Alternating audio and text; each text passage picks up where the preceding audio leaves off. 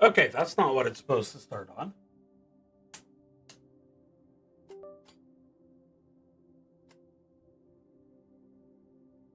I don't think I remembered to check my camera, I said. I should probably do that, I said. I then did not do that. Because why would I do that thing that I said I should do? It is a Thursday night. I am a screaming wyvern. I call myself Wyvern because I am emotionally tired after spending way too much time thinking about two extremely stupid rich people. So we're going to move off that line of thought and go for some nostalgia. Tonight's game is Soul Cemetery, brought to us by snowttrpg.itch.io. I have found her on pretty much every single site under the same... Wait, did I find her on Blue Sky under that account? Probably if you search for snowttrpg, you'll find her. And, of course, I will be putting a link to the store page for Soul Cemetery on my main playing page when I get around to that. But before I do, I just wanted to take a moment. It is Pride Month. I consider myself an ally. Am I a good ally? I don't know. I do my best. I will say that trans people are my personal priority for many reasons, primarily because there's a very important one in the room next to me. I'll go ahead and point out that there's many groups that would like to take the T out of LGBT, Q, IA, and plus. And once you remove one person from the equation, that makes it easier for them to deal with the next one. So, it's Pride Month. Be proud of yourself. And for God's sake, don't go down a dark path trying to be presentable. There. That's your depressive thought for the day. Let's go ahead and go with something more fun, by which I mean a horror story, which I will be sharing in the telling of. So, you may have noticed I've got some music. This is actually the soundtrack to Soul Cemetery. I didn't take enough time to check who the actual writer of the music was, so that was extremely inconsiderate of me. Hopefully it'll show up on the list, but it is part of your purchase of Soul Cemetery, and if that doesn't make it worth the $10, then, well, you're just wrong if you think that. I've now played one game that comes with its own soundtrack. I've played one game that actually has been narrated. These are awesome things. These are absolutely brilliant, creative things. I do worry that I can't actually hear myself. So, hopefully the soundtrack is not too loud as to be above me, because it is my show, damn it.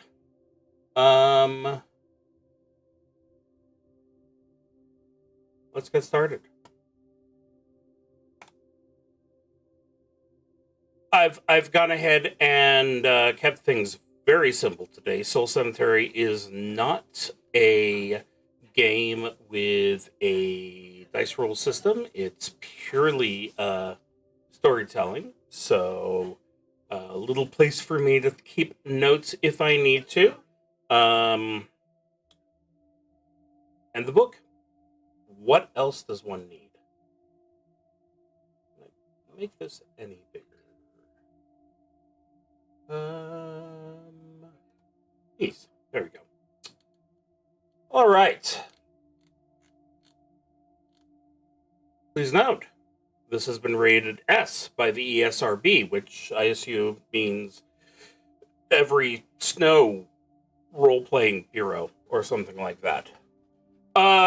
Carefully read the precautions booklet included with this product before using your hardware system, game disc, or accessory. This booklet contains important safety information. Read the following warnings before you or your child, before you or child you play this game. Well, now I'm taking up too much space. It's rude. Move me. Show off the book. That's the real reason why you're here. Eat. Warning. Dreams. Playing games can cause strange dreams. If you or your child have dreams of your hometown overrun by zombie creatures, stop playing and rest. Do not get in your car and make the drive back.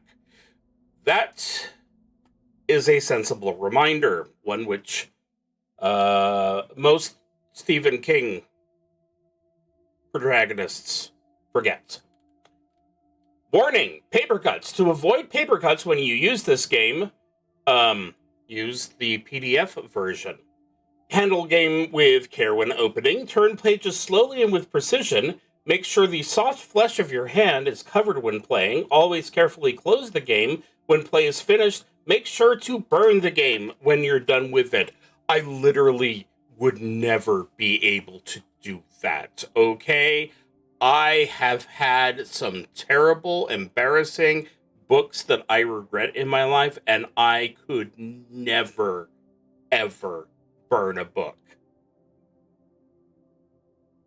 Trust me, there are two authors that come to mind right now who deserve to have their books burned right now, but I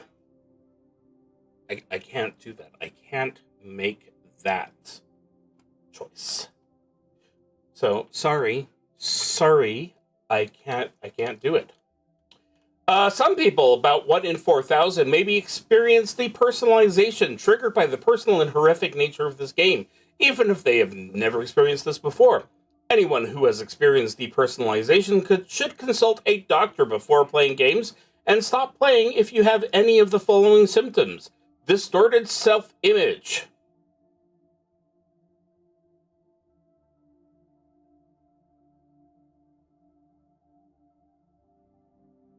Okay. No. Cut off from reality, feeling like you're in a dream world, anxiety over feeling something is wrong. I'm being called out by 2 of these. I appreciate it.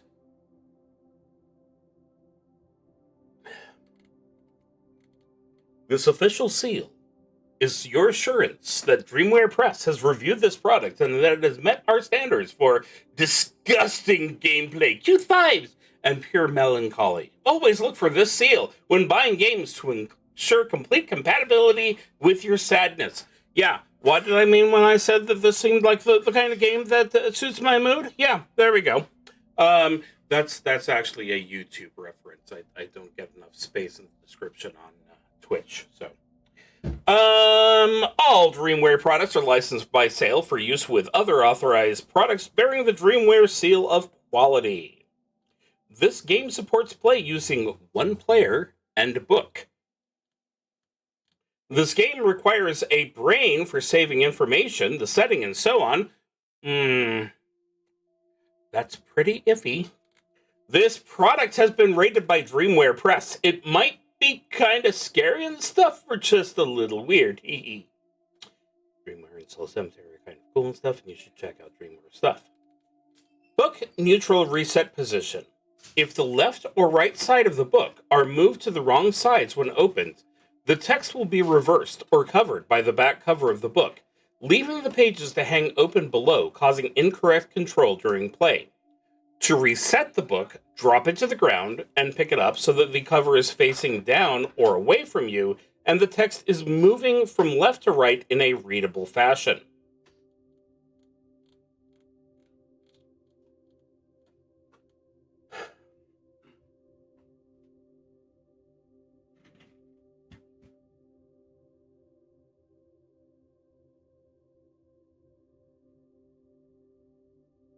You got the call last week.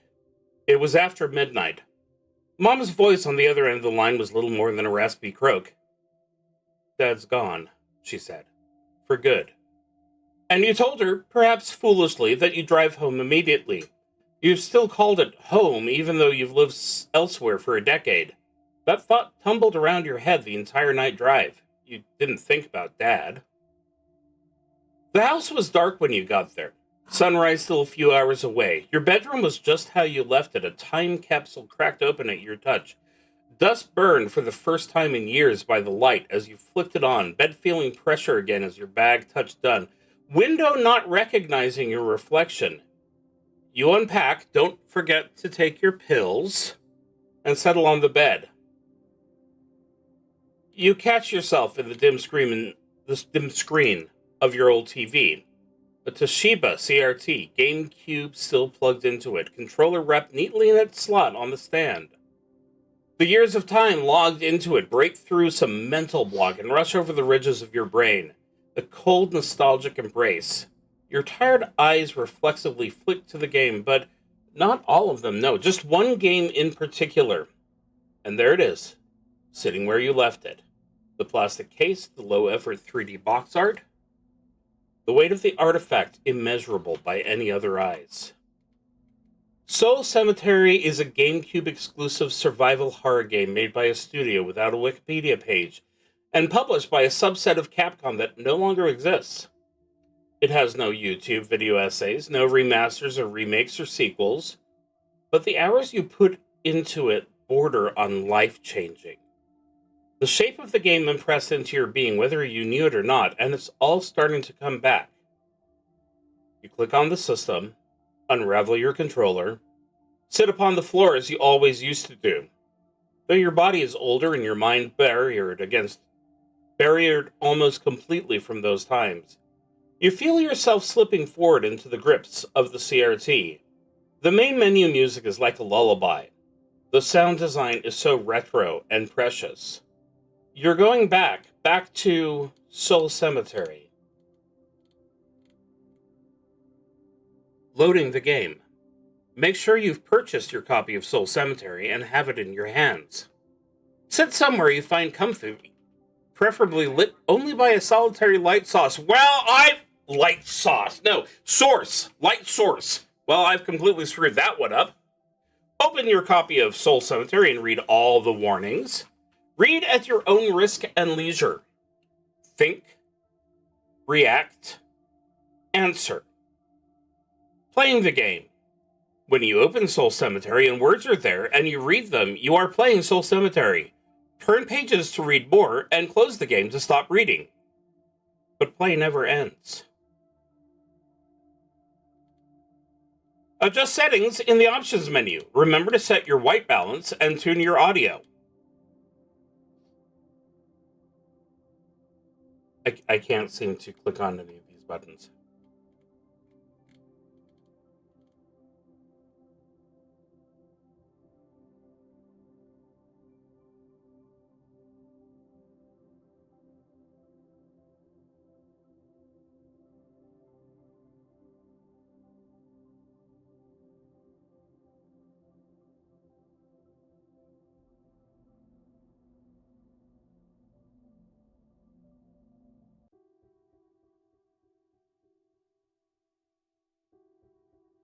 Detective Hashford arrives in the small town of Deckardsville in late December. Her sleek black Cadillac plinks and clicks with heat as her combat boots crunch into the fresh powder. She's tall, wolf cut sharp and messy, leather jacket a spike of violence. It's been 10 years and the polygons don't do her memory justice. Check one thing about her you remember that made it through the years, and cross off one thing you remember her having, but it turns out she never did.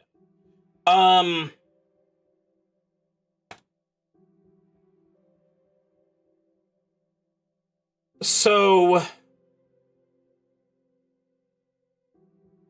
I'm going to say that I remember the gold locket necklace. That seems important enough. I thought She had a twisted face scar. But it's a GameCube game. There's absolutely no way that that actually was rendered. There's also something about yourself, how you present yourself now, that you realize you got from Hashford. Circle it.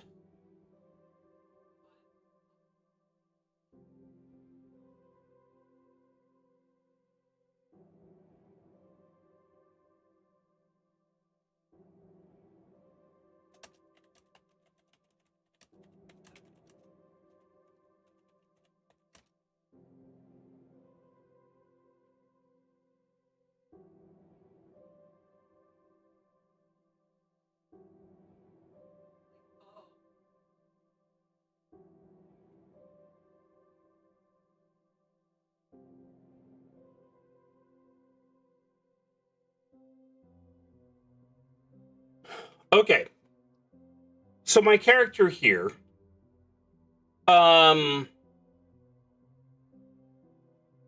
they've been away from home for 10 years. So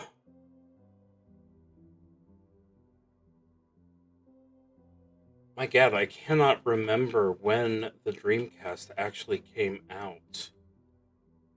That is no, Dreamcast? Wrong. Okay, wow. Okay, so 2001 is when the GameCube was first introduced in Japan.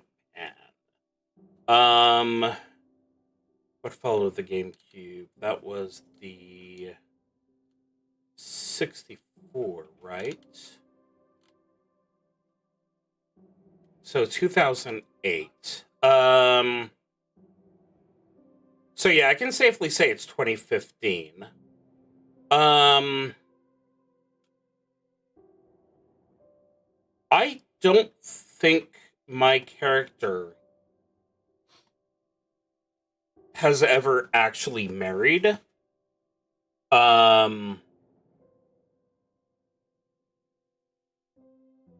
And I don't think that Hashford actually ever married. But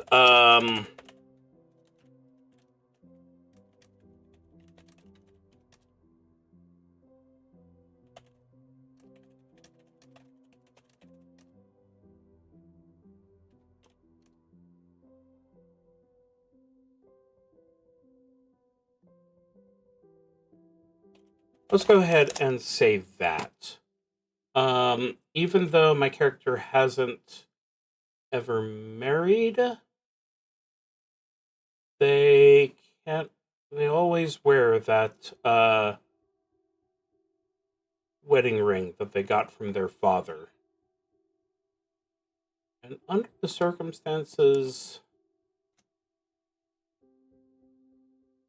there might be a reason that father didn't have it. December 23rd.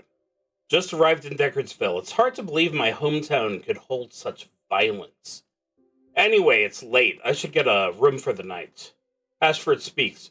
Her voice actress doesn't care, but the voice is so familiar, it might as well be your own. Did you want your voice to be like hers?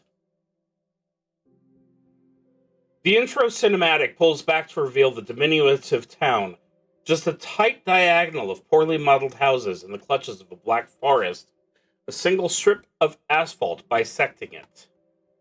Then I have control.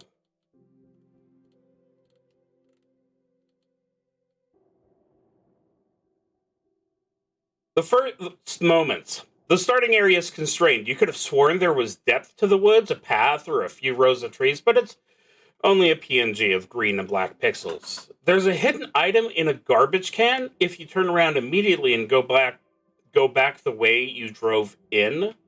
What is it? Well, if it's a hidden item that you can only get if you know about it, it's a strange key. It's always a strange key. Um...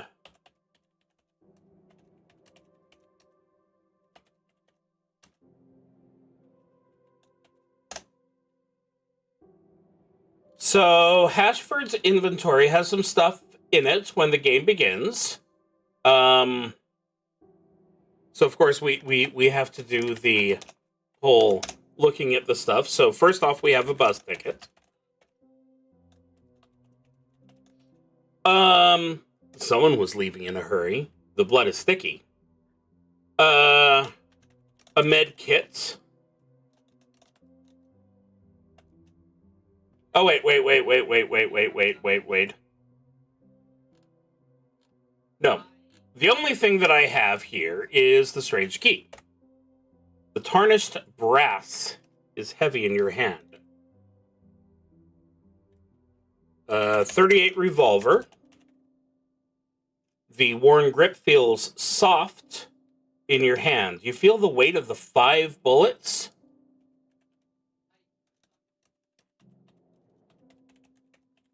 And remember the cold Chicago wind. The body of a woman at your feet. The gun hot. Unable to move.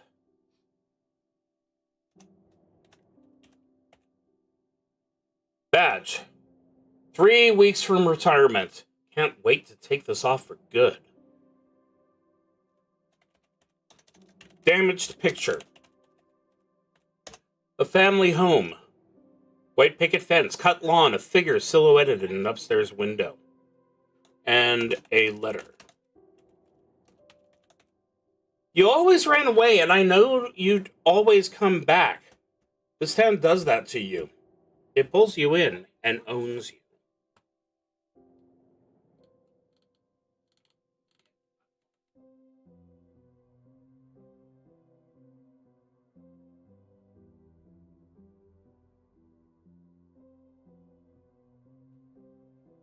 The inn.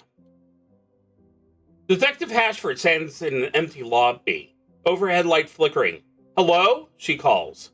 But there's no response. The lobby is dominated by a surprisingly high-resolution PNG of a classical painting. You've never found the source, though. Hashford says it makes her uneasy. Why? What about it makes you feel comforted? Can you find the painter now? No.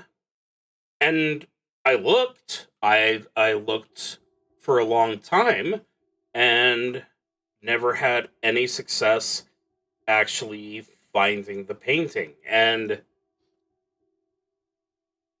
because it's a GameCube game that nobody seems to care about anymore, this is the first time I've seen it in a decade. So it's just a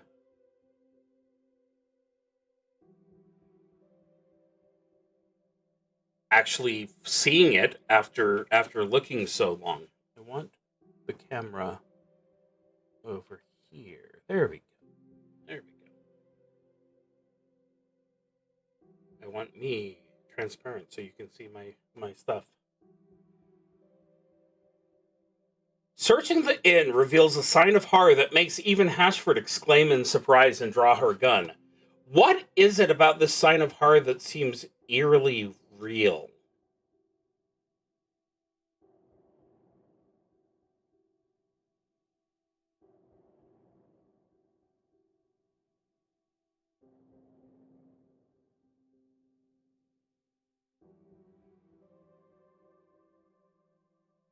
So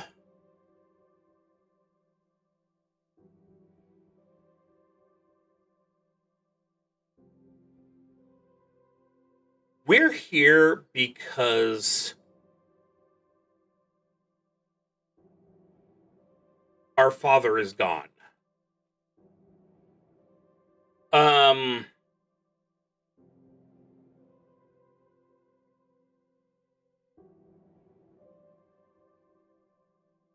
If I'm pulling from myself,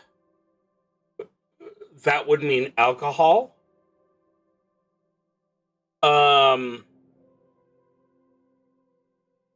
So I would say that the things that would probably make me take a step back is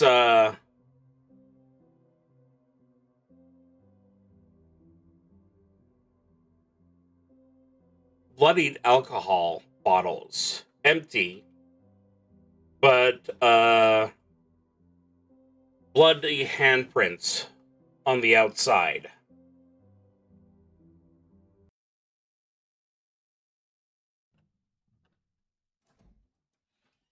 In the first room Hashford checks is a man who overdosed on sleeping pills, lying perfectly still in polygonal restfulness. The model is supposed to look like Hashford's father. What about its design reflects Hashford back at her?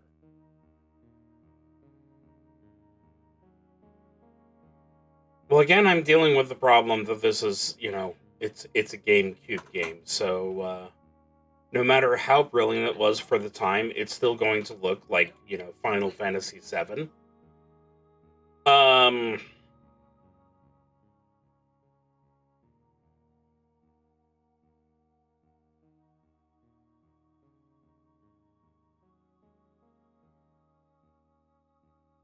So it can't necessarily be the facial features, but since it's the one thing that I've remembered all this time, I would say that the main thing is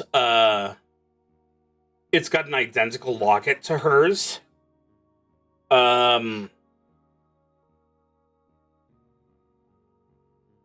And that would definitely be something that would stick.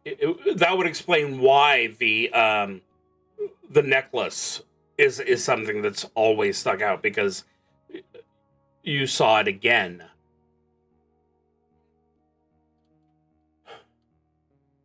Bang, bang, bang! One of the 10 rooms is occupied and poorly barricaded. When Hashford approaches, the door crashes open and a zombie stumbles out. Hashford recognizes them from her childhood. She yells their name and raises her gun. It's the name of your ex. Well, that explains why I haven't married in this game. What is it? I'm not going to answer that question for fear that I'm going to make a bad choice. But when you were younger, you could kill the zombie with 2 headshots. Can you still do it? So, there's 2 ways of reading this. When you were younger, you could kill the zombie with 2 headshots.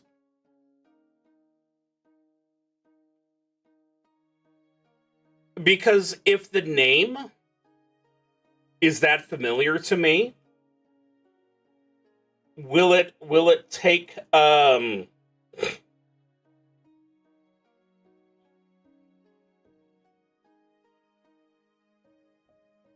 will you pause? Will you be confused by hearing that name?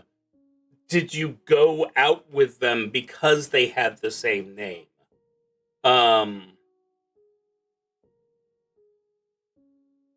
Then, of course, there's you could kill the zombie with 2 headshots.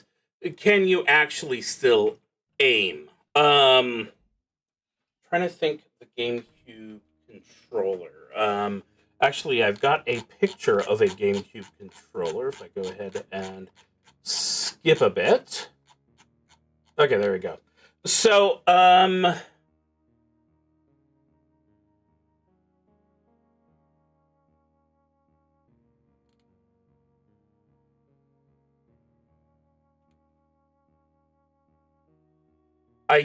doubt that there's much problem with, okay, so yeah, you have to go ahead and hold down Z, aim the gun,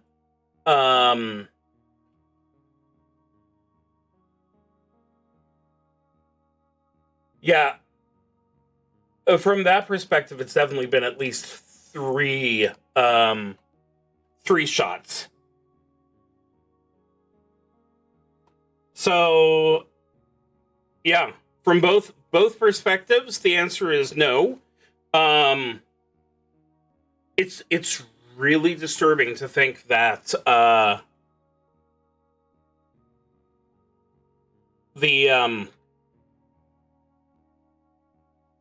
might have gone out with someone purely because they were named the same as a goddamn zombie from that GameCube game I played all the time. But not completely outside the realm of possibility.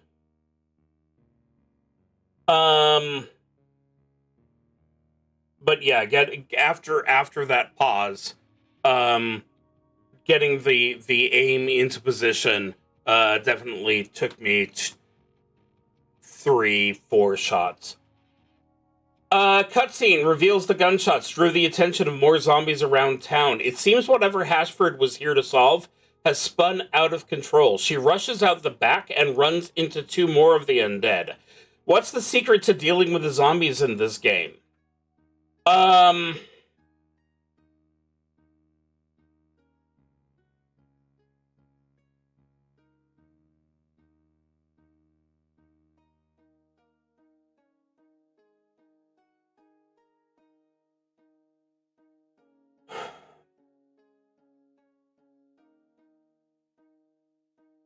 They wouldn't have a gun if they weren't planning on using it. And more to the point, they wouldn't have a gun that you actually had to aim if you weren't planning on using it. So, I think we'll go ahead and make a note of this, but I think that zombies are killed by shooting their leg and then executing them. I mean, technically that also counts as a double headshot, but I think that it takes a little more skill than just thank you so much, Razor, for suddenly blooping at me. I don't think that just running around them or you don't, they're unkillable, really makes sense with the option of having a gun. So yeah, we're gonna go with the leg shot and execute. Okay, so this is where we were. So we went into the foyer, went into suite 1.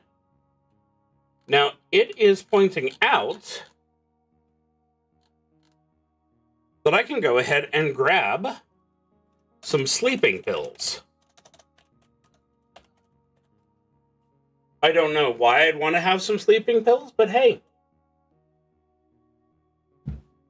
Maybe there's a part where I have to defeat the zombies by defeating myself. Or feeding myself to them. I don't know.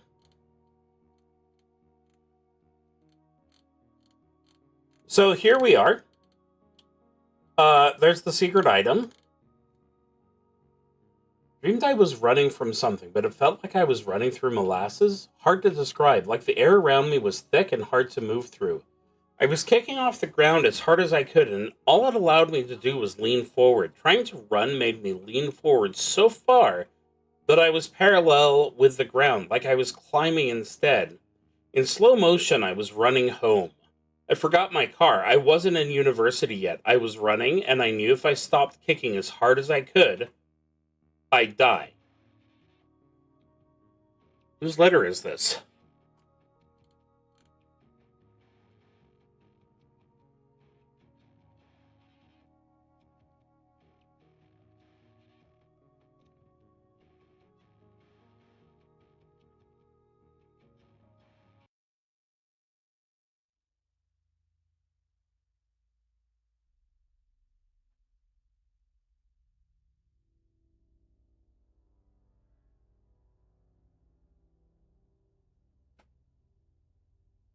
The thick fog obscures. The fuck is going on here? Hashford's voice is dull and uninspired. You remember several paths, a maze of wrong choices leading to death.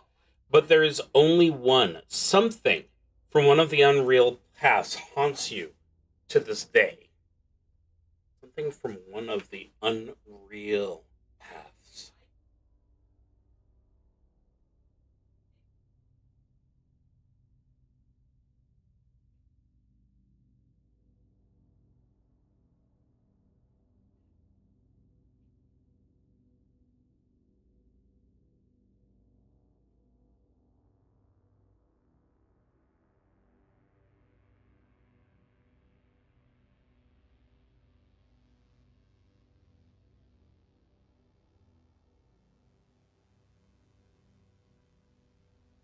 So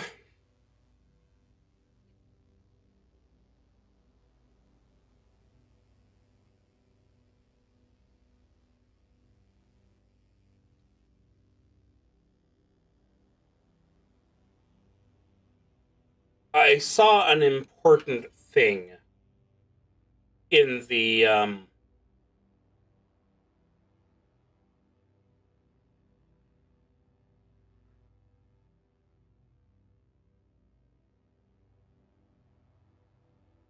the next paragraph. So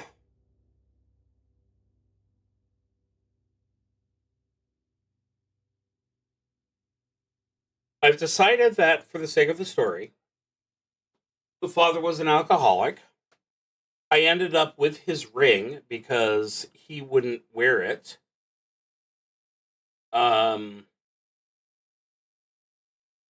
So there's probably a path where,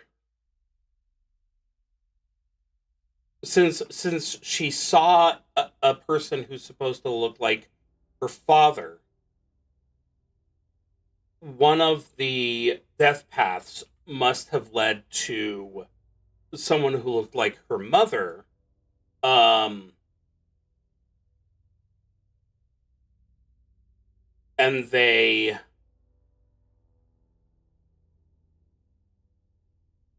disowned her. They abandoned her, meaning that the detective had absolutely nothing left, which would be accurate if her father had, or the character's father had also um, been abandoned by their father. So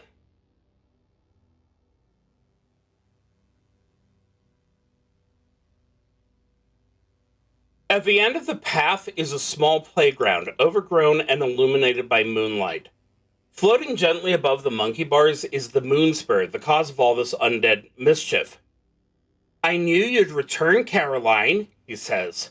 You remember it being funny because he had your dead name, but before Hashford speaks, you're given the chance to enter his name. What do you type?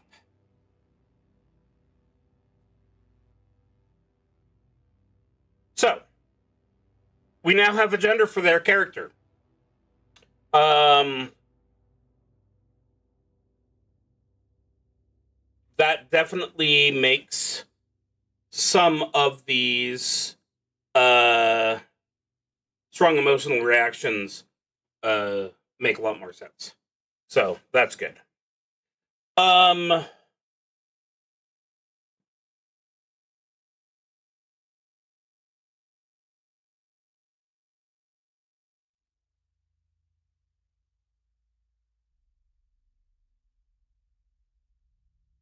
you remember it being funny because he had your dead name, but before Hashford speaks, you're given the chance to enter his name.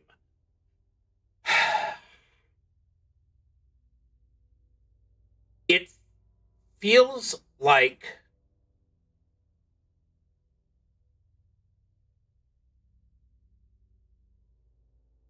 a pre-understanding playing of the game and then a post-understanding playing of the game with that saved information.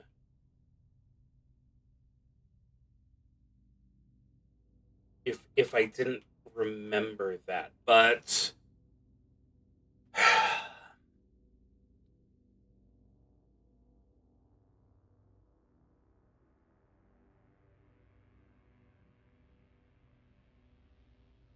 honestly, it makes sense to me that there's.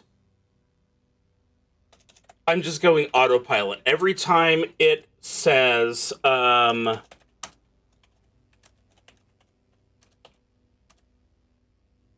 choose the name, it's always my dead name, because it might have started out as a joke because ha ha ha, the bad guy is me. And then later on it was ha ha, the bad guy is me. Um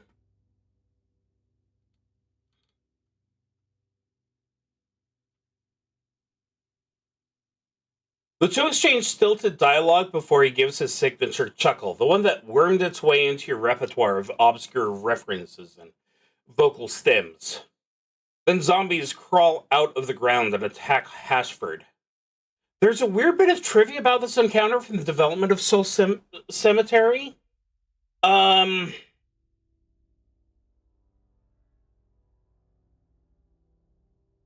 going to be so completely generic. Trivia: the zombies in the playground are, what's the scanned from the faces of the developers. That's right. The absolute most generic possible, but at the time, back in 2002, it was probably pretty cool.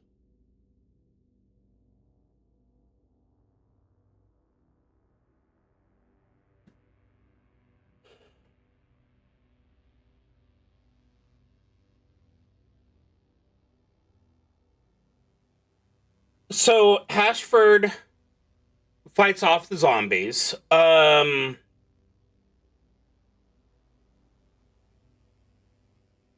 We haven't mentioned a hit point bar yet.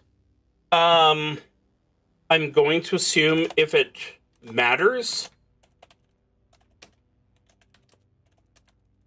I've lost 2/3 of my health bar.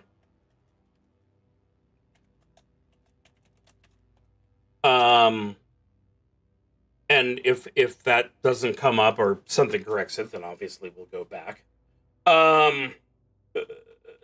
But obviously, it's still an early battle. It's not going to be completely overwhelming. You guide Hashford along the path, and she says she needs to smoke. You pause the game and go to smoke yourself. Stand on the front porch of your mom's house and look out. What about the view reminds you of Deckardsville? Well, okay. My character is a male to female trans person. Deckardsville is an area in a game like Silent Hill where you've only got a limited amount of memory to put stuff.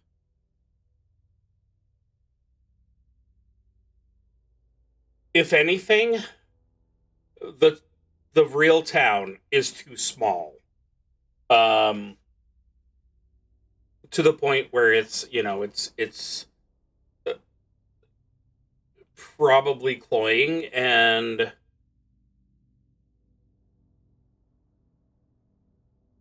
if she grew up here and she transitioned here,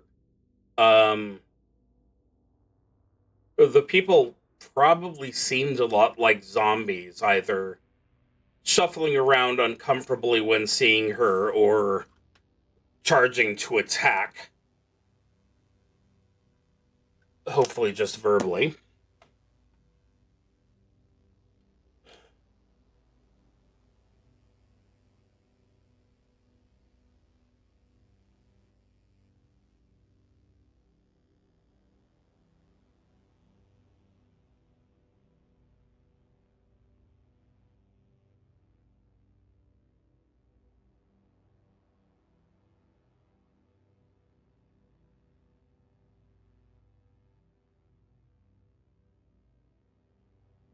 I don't know if I'm supposed to change songs yet.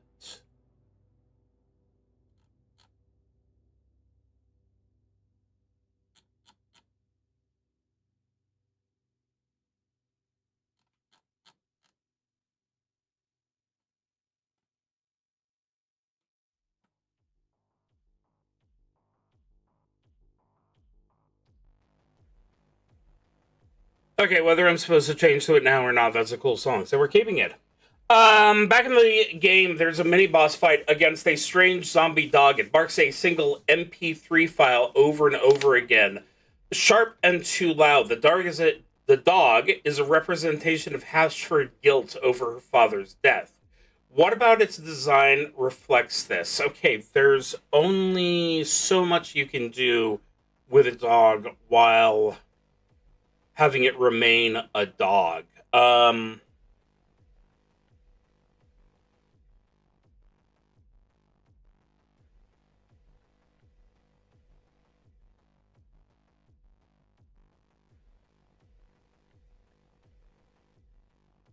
So in the hotel, there was a body of a man who was supposed to be or look like her father. And he had committed suicide by sleeping pills.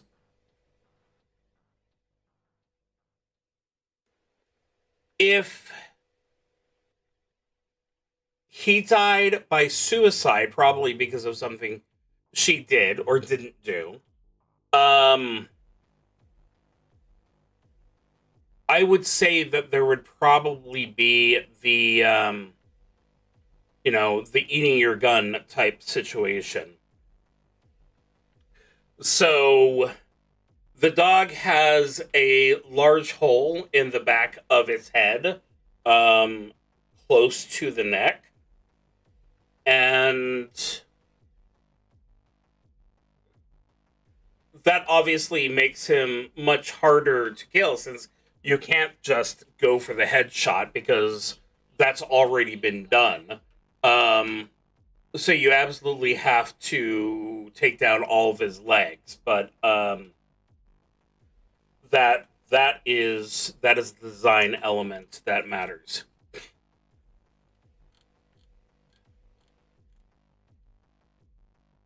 You guide Hashford out of the woods and into her childhood home. Let's go ahead and go back to this one for now. You remember it being terrifying, anticipating it as you leave the trees, but now you're only reminded of your own childhood backyard. The memory the view unlocks gives you shivers. What happens in your backyard that haunts you still?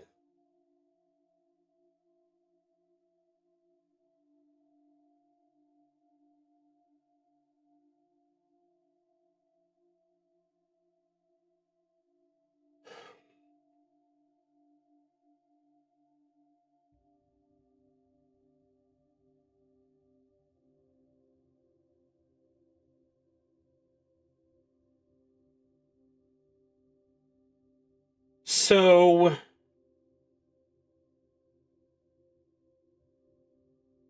by my estimate, assuming that letter beforehand,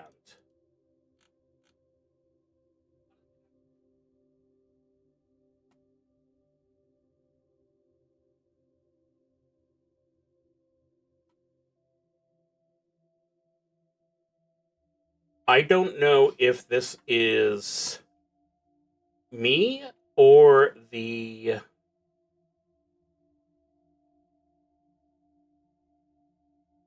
game. I have to assume it was, see, 2002. That would be the year that the game was released. So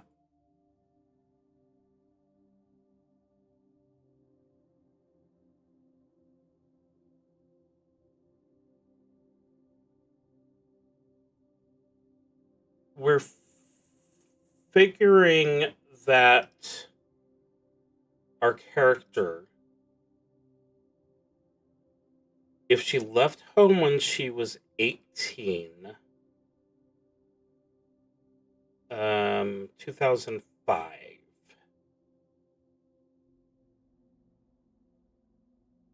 No, she left home when she was 16.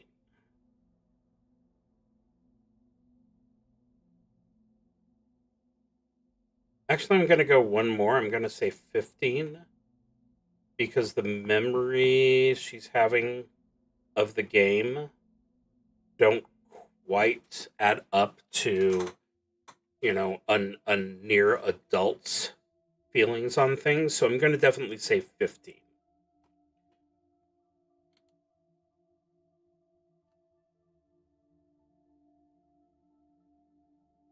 And I'm going to say that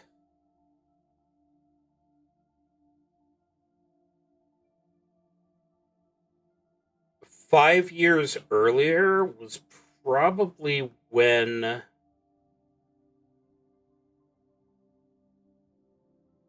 so 10. When she decided to play princess in the backyard. But obviously she hadn't come out then.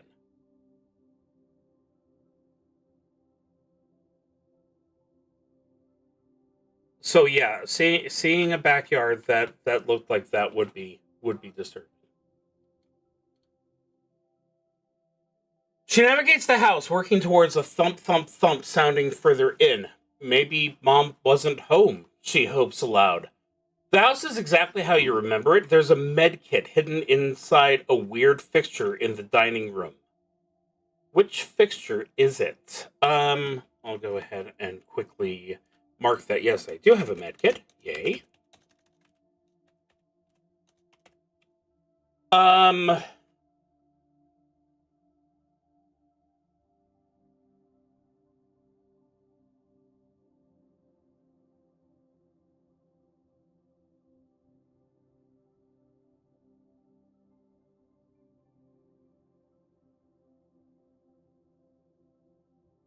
Okay, I'm just gonna go for the goofy here because this is a Silent Hill style game. I think that the fixture is actually a statue, one of those big ornate gothic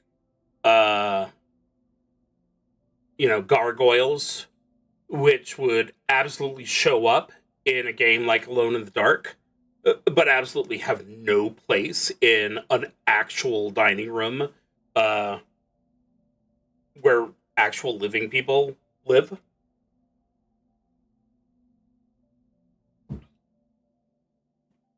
The basement has a large motionless spider in the corner. A glitch, perhaps? But it's always been like this. The symbol on the spider's back is an expression of Hashford's fear. Why does the symbol also cause you fear? I'm going to go back to the bloody bottles and say that the symbol on the spider is a red hand print. Very Lord of the Rings, very exciting.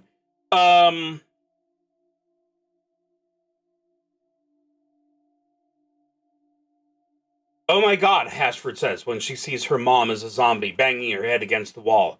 You know the mom doesn't attack unless attacked herself, but you used to put two in her head without second thought. What gives you pause this time? Well, mom's officially the only one left. Back when she was 14, 15, 13, 14, 15,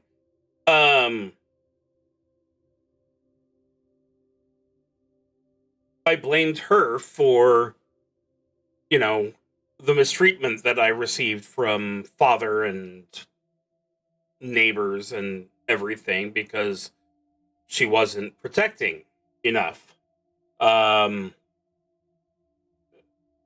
It's been 10 years. I don't have quite that anger anymore.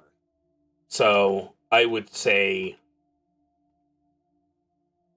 just leaving, walking away would be absolutely fine. And here we have the so we have a entire button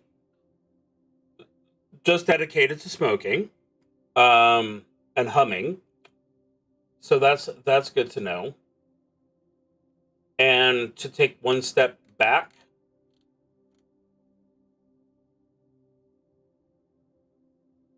we have radio. Good to know.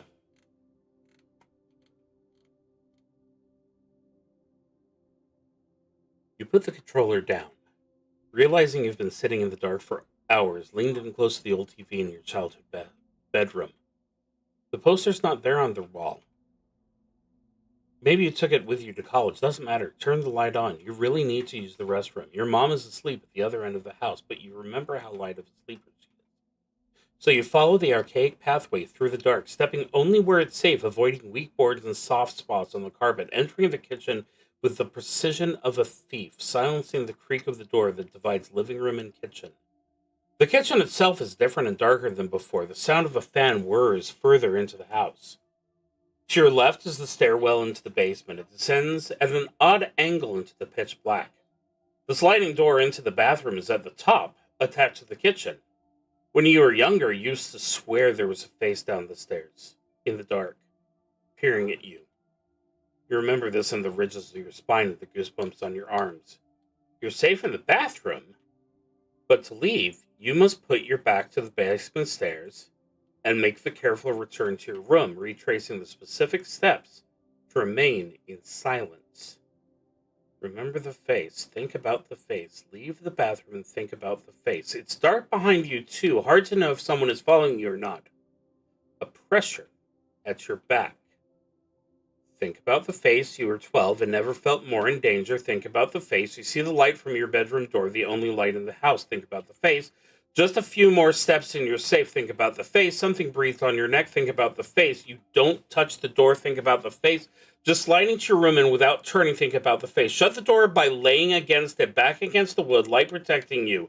Don't think about the face. Don't think about the face. Don't think about the face. It's time to continuing the game. Do you turn the lights back off? Of course you do. You're not 12 anymore, and there's nothing in the dark.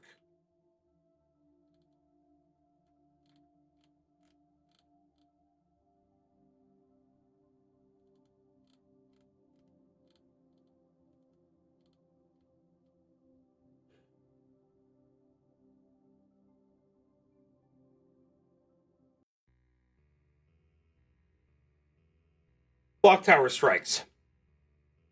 The moon's still strong in the sky, an inevitable beam. There's a mini-boss encounter with the moon spirit named, the moon spirit ahead. Before that, you can guide Hashford back to her car and find it destroyed. A message in blood written on the windshield. What did it say that made you feel so small as a child? Does it still pull you back?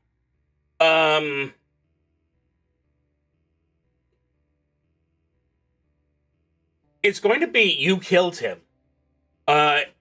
It's absolutely going to be you killed him.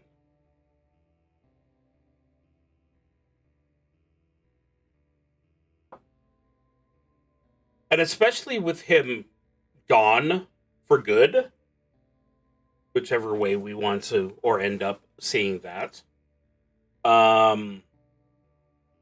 Yeah, it still pulls me back. The boss fight is slow and clunky. You remember it being so intense, dying over and over again to the moon spirit's fireballs. But he doesn't even throw fireballs.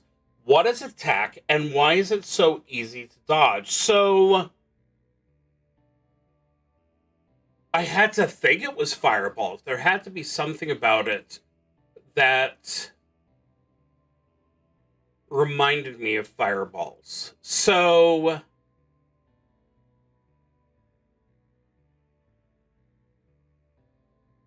he swipes at you with the claws on one of his arms. But just before he starts the swipe, because he's standing like this, and then one of his hands starts glowing to show you what's going to happen. And if you're too close to that one, because it's just a downward motion, then all you have to do is turn slightly and backstep.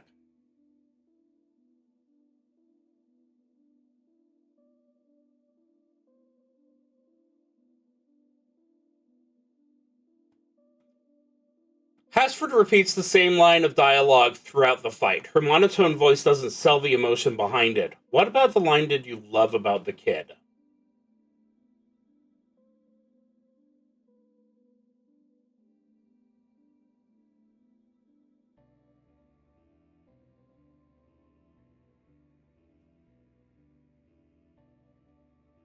That's a tough one. So I have one line to think of.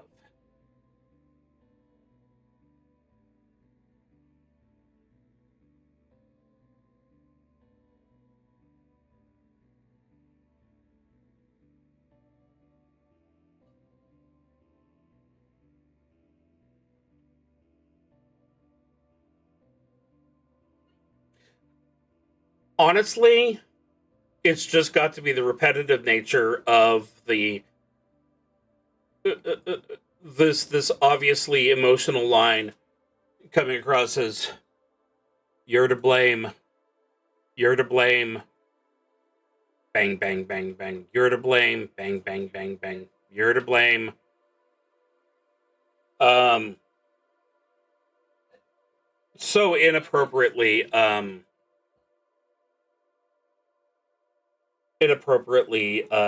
bland. Hashford puts the last bullet into the moon spirit and he withers and retreats. You remember there being a second phase where he transforms into something that made you feel gross and wrong. What about this non existent second phase made you question your own body? Okay.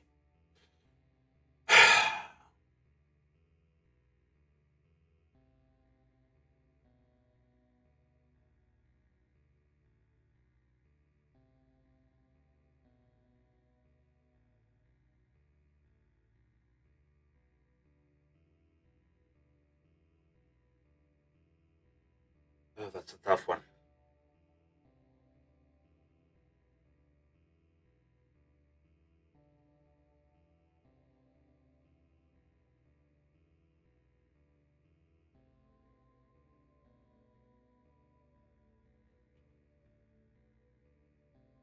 So it didn't actually exist, but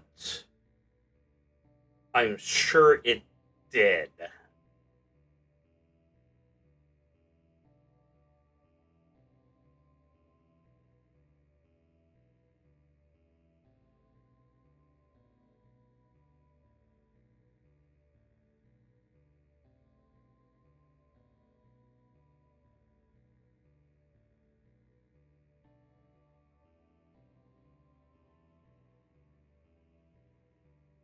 I think there was a zombie fight with a woman, and for some reason, I thought it was him stealing her body.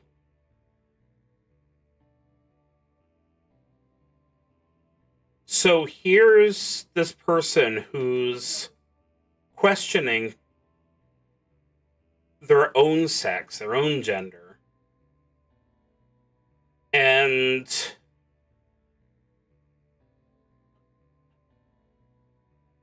then there's this guy who steals a woman's body.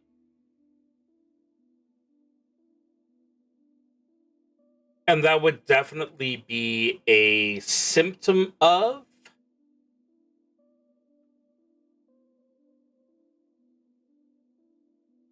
wanting to transition, but being made to feel like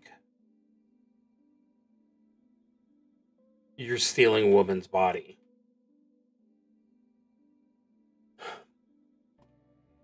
Exploring the boss arena afterward gives some loot. A med kit. I'm going to go ahead and use that one. Take that off the list. A box of bullets. So I only had 5 bullets for that fight. So those are all gone, but now I can reload. So let's go ahead and say there's 10 left in.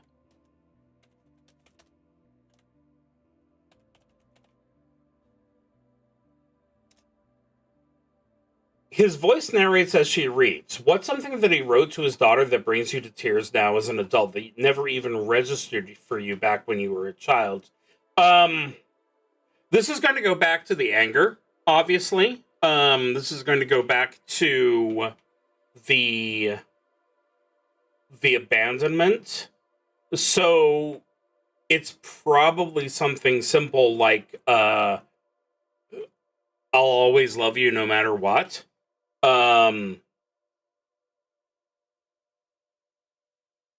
Which just sounded like more conversation then.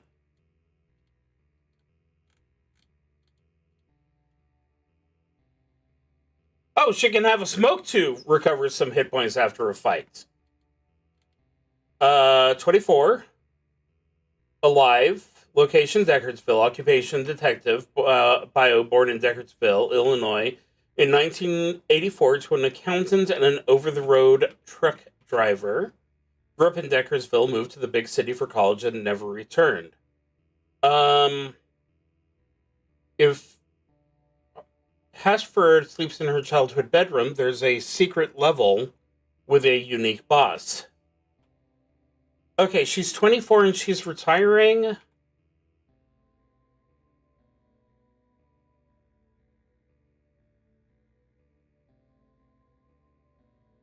So 2002. Okay. Okay, yeah. Caroline.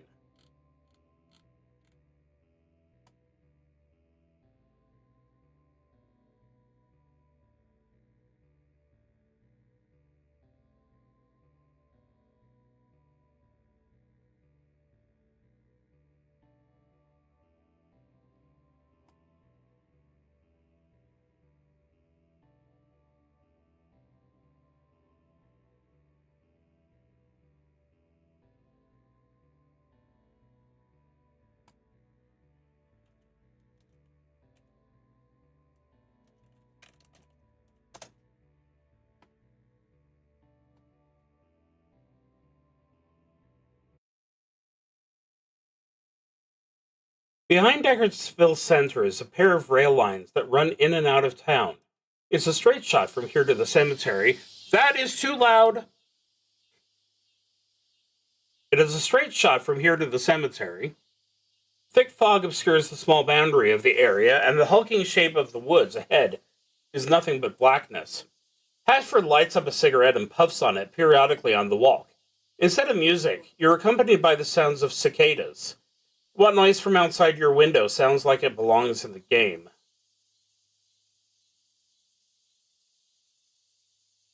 It's a small town.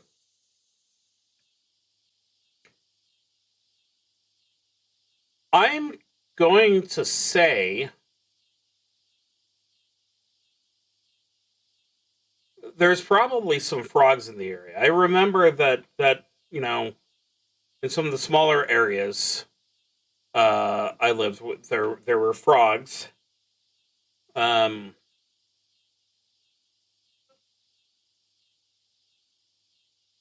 and an extra growth in that cicada noise would make perfect sense. Off the rails is the monolith of the church. Its stained glass windows. Its stained glass windows sparkle in the moonlight as an evil organ pierces the serenity of the night.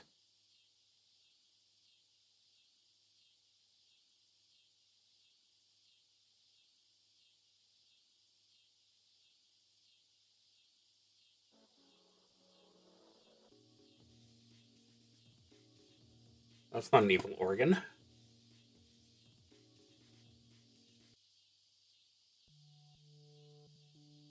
That's an organ.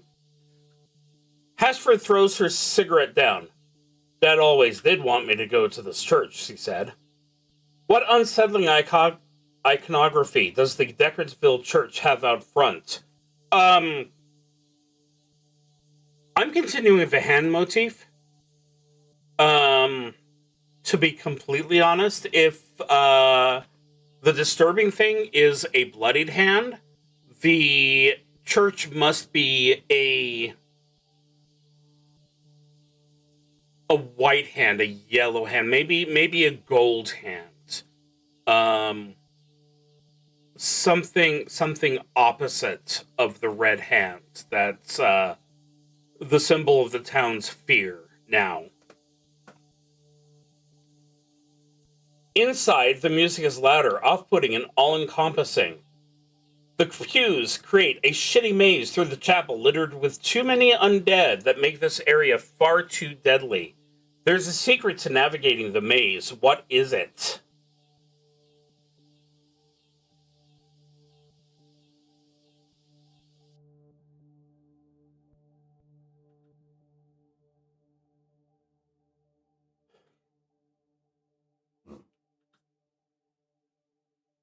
So the pews are creating a maze.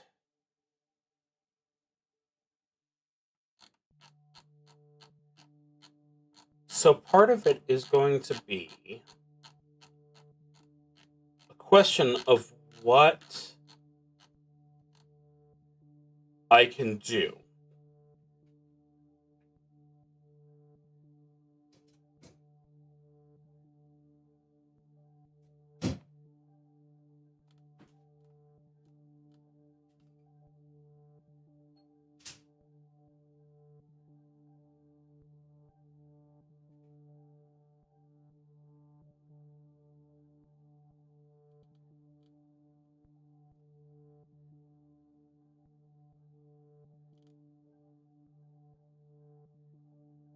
This word right here,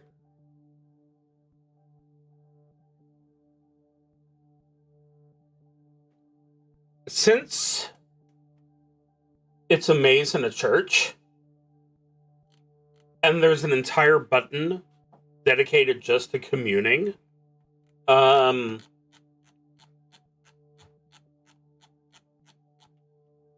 think that if she goes ahead and prays, then instead of the real world where there's the undead and the pews, there's probably a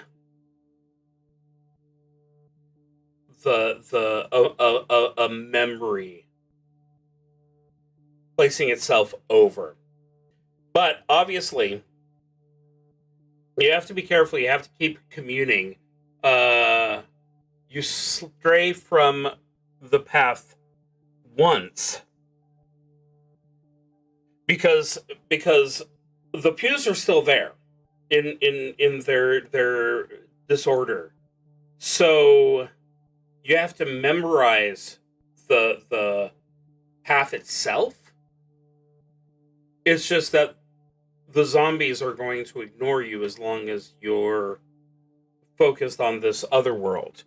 And if you forget the path and you have to flip off the commune, get your bearings and flip back on as quickly as possible. Hashford reaches the organ just as the music cuts off. No one else is in the room. The game is silent again, except for Hashford's clacking footsteps. Behind the organ is a hole just big enough to crawl in. The game asks you to crawl inside. This triggers something inside you, a feeling of restraint and helplessness. I'm sorry for what happened to you. You don't have to share it.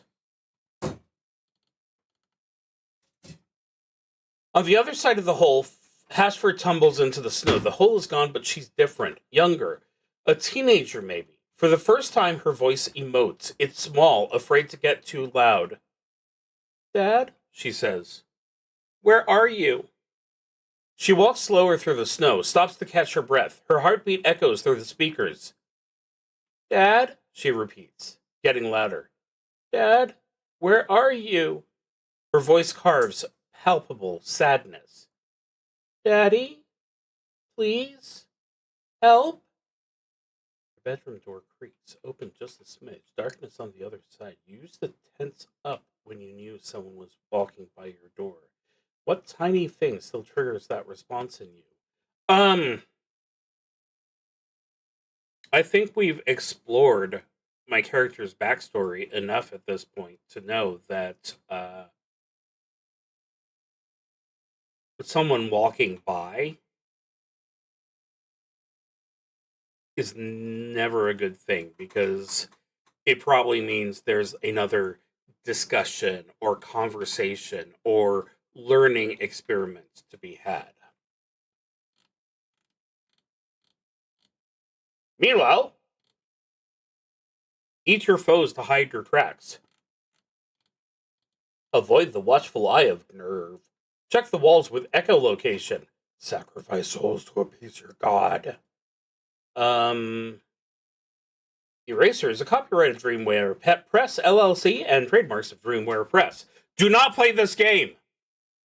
If you have concerns with your Dreamware peripheries, including the Blink Entertainment System, please contact your local authorities.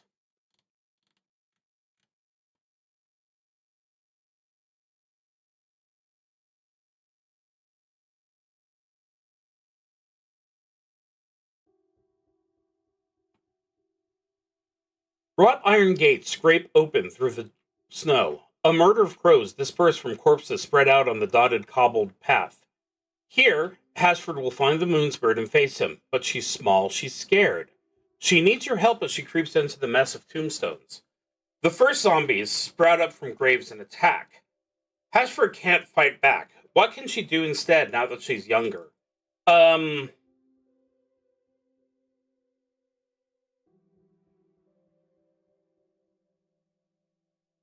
So she's faster. For absolute starters, she's faster.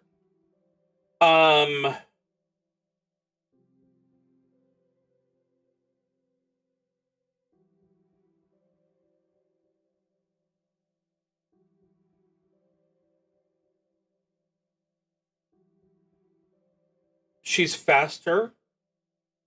The tombstones in the graveyard are loose, so she can knock them down. And traditional waist-high invisible fence, for whatever reason, they can't get around a fallen down tombstone. So,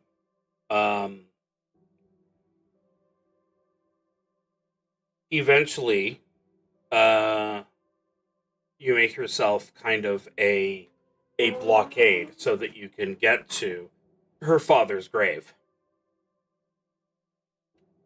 Harshford finds her father's grave and kneels beside it. She cries.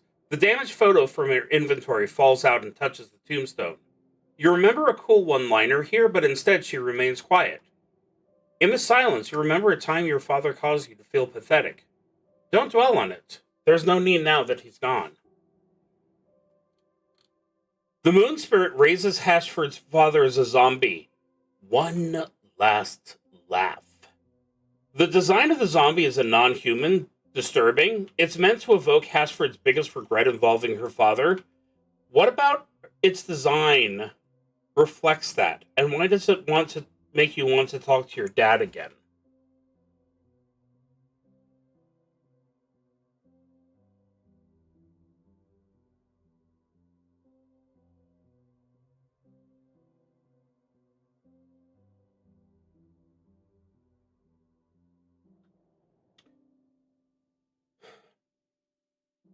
The zombie's body is covered in mouths,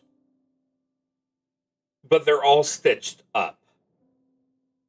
So there's no way to have a conversation, to explain, to discuss. You pause the game mid-fight, lips chapped, eyes beating, throbbing, hands clammy, no water, no snack, just you and the TV in the abyss of your childhood bedroom. Try not to think about the face at the bottom of the basement steps. Hashford defeats her father and is returned to her adult body. The music cuts out. Silence. The Moonspirit floats down to confront her, chuckling. The second phase of the fight starts with him throwing fireballs, but after landing a few hits, he teleports Hashford into a liminal version of the forest with labyrinthine paths. What hard vision do you see if you can't escape in time? Okay, so we already did the abandonment.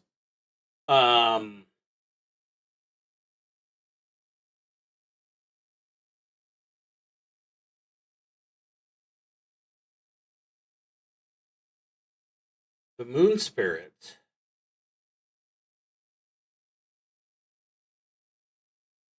has trapped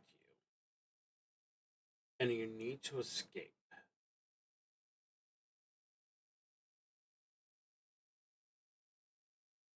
You fought your father as a small child, and your only ability was to push over the tombstones. So just because he's defeated doesn't mean that he's gone. And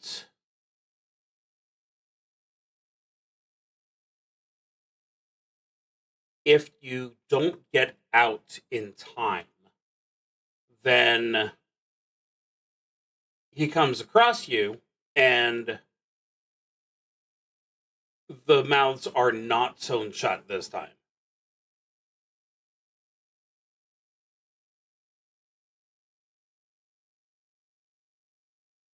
After a long fight, the moon spirit goes down. Body molts hatches, revealing the third phase, a giant spider that rushes Hasford. List 8 different things you notice about its design that make your skin crawl. Well, for one thing, we've got the bloody handprint. We always have the bloody handprint.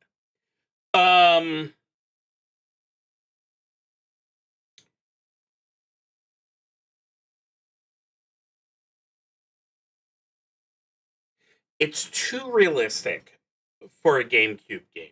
It shouldn't be that well crafted. I mean, it's still boxy and polygonal, but it's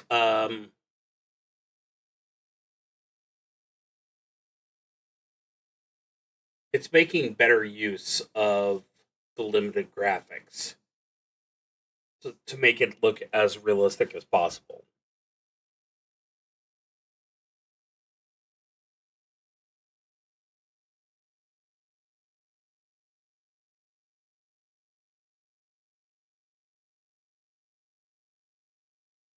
You have limited weapons, and it's spitting out eggs that are only on the ground for a little while before they vanish. But if you step on one, then you take damage from a spider biting you, a little spider from the egg.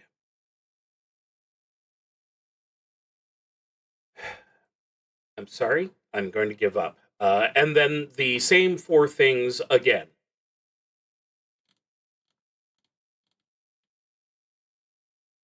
Feeling stuck? Can't defeat enemies? Getting stuck on puzzles? Take a break and try these tips. Remember, the longer you aim at a target, the more accurate your shots. The more accurate, the more damage you do. So have patience when facing down the hallways of your childhood. If you can't solve a problem, you probably just missed something because you're a silly child. Look harder, duh. Go back to previous areas and just mash A on everything. You'll find the solution eventually, or not. They used to think a photograph would snatch a piece of your soul and hold it in place. Maybe video games do that too. You put your time and life into these games and now they hold you. Maybe you're just stuck here now. This is your home now. Secrets! Return to areas previously visited to find hidden secrets. The world changes behind you. For example, return to Hasford's home as her child self and interact with her TV to play Ultimate Fantasy XX for the Nintendo 64. But why though?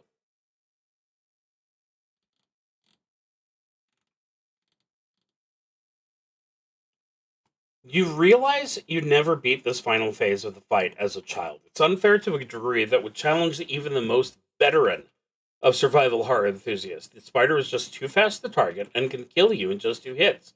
The death animation is unique and horrible each time. What scar does it make itch? Well, going back to the eggs and the molting,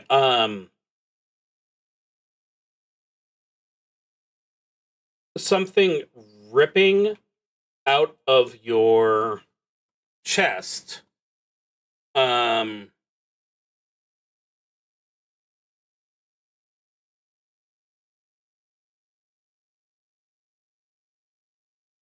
so apparently that Serenity song is the Game Over song.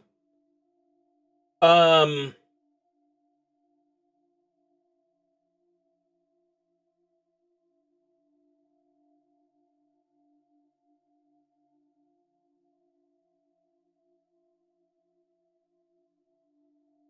So yeah, it's all going to be about surgery scars, obviously.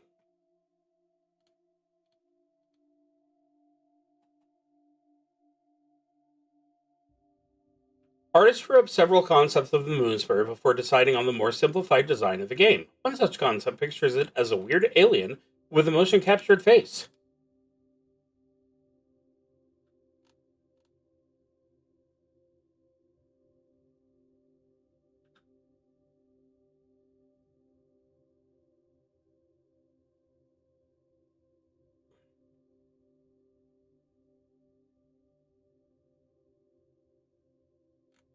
Okay,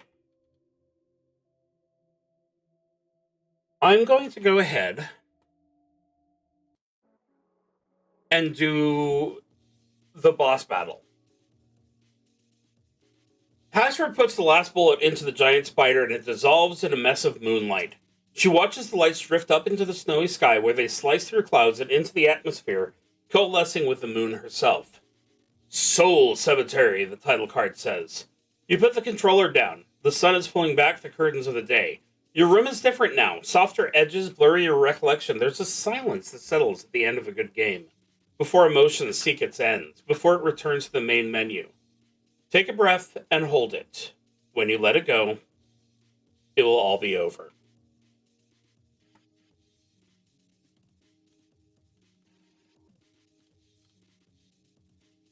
Writing, layout, and design by Snow. Inspiration taken from old game booklets found on Internet Archive. Spot illustrations by Zach Hazard found in his Spot Illustrations pack on itch.io. Icons on page 1 taken from the public domain, created by Gontijo. Algorithms by Hinakodo. Foot programs used: Photoshop, InDesign, Cakewalk, Illustrator, Audacity. Photographs taken from the public domain. Cover art by Marcy. Special thanks. Special thanks to Thursday for reading over an early draft. Thanks to Super Eyepatch Wolf's video on fictional video games. Thanks to Andrew for being a supportive and flattering partner. Thanks to Panda and the Bird for being amazing friends. Special shout out to Silent Hill 2, which changed my life at a formative time. And thanks to Bring Me the Horizon for giving me the soundtrack to get me through this. This is not Bring Me the Horizon. Just for the record. Fonts used: Arial, Lucinda Sands, Avera Serif Libre, Punk Boy, Monogram, Mistral, and Comic Sans. Soul Cemetery, survival horror reinvented. Detective Hashford returns to her hometown for a funeral only to find that she's still on the job. Facing off against Lunar Beast, she must get to the bottom of this nightmare. For the first time on the Dreamware Entertainment Center, experience the horror of Soul Cemetery. Control Detective Hashford through 7 unique levels. Delve deeper into her life through new item descriptions. Make choices that impact your life forever through the new solo play systems. Share the horror with friends by handing them the book and standing over their shoulder the entire time. Beautiful and haunting, or maybe outright haunted, Soul Cemetery is on the cutting edge of your hazy memories. Thursday, Garou, creator of world-changing game Hard Case. Edge of your seat horror gameplay. 1 player, no save, analog control, TTRPG. Dreamware Co. 2024, all rights reserved. Soul Cemetery and Dreamware are super cool, honestly. If you're reading the fine print back either, then it means we did something right. Hi, hello, this is the creator talking. Hope you had a good time reading, playing, listening to Soul Cemetery. I hope it sits on your shelf and one day catches your attention again and you remember the face in the darkness at the bottom of the stairs. I hope it lives with you like it lives with me. Send us an email or a letter or something. We love hearing from people who enjoy our work. Thanks again. Manufactured and printed in the USA. Compatible with most human minds. Well, given the fact that we have discovered that the main character is trans, a lot fewer human minds than we ought to. Suggestive themes: blood and gore, existential dread, and arachnophobia. So, yeah. My wife certainly wouldn't be playing this game. That brings us to the end of the game. That was a good story. Thank you very much, Snow. And And it only seems appropriate to bring up that it's Pride Month. And I am not part of the community, but I love you all. And I hope that June brings you happy.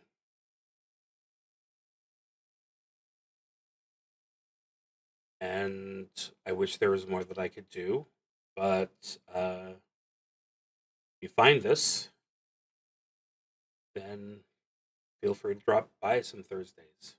Say hi. Just know that I'm here to entertain you. And until that happens, as always, remember to be one of the good ones, because there's way too many of the bad. Good night, and I will see you next week when it will be too close to the new Five Nights at Freddy game for me to do anything completely appropriate. But there is a Five Nights at Freddy interactive novel that I haven't read yet. And that's kind of like a solo role-playing game, right? Yeah, that's what I'm going to say. Until then,